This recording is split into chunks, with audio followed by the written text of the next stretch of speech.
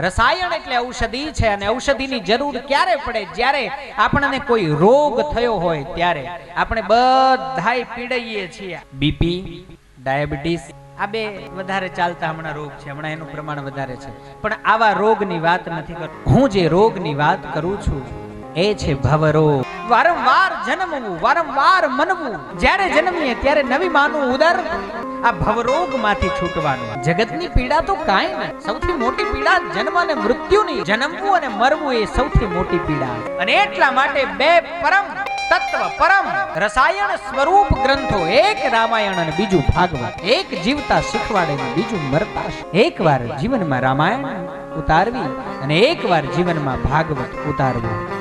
આ બે ગ્રંથમાંથી કંઈક જો જીવનમાં ઉતરી જશે તો આ ભવૌષધિ સીધી મળી જશે અને ભવરોગ નામનો જે રોગ છે એ દૂર ચાલ્યો જશે.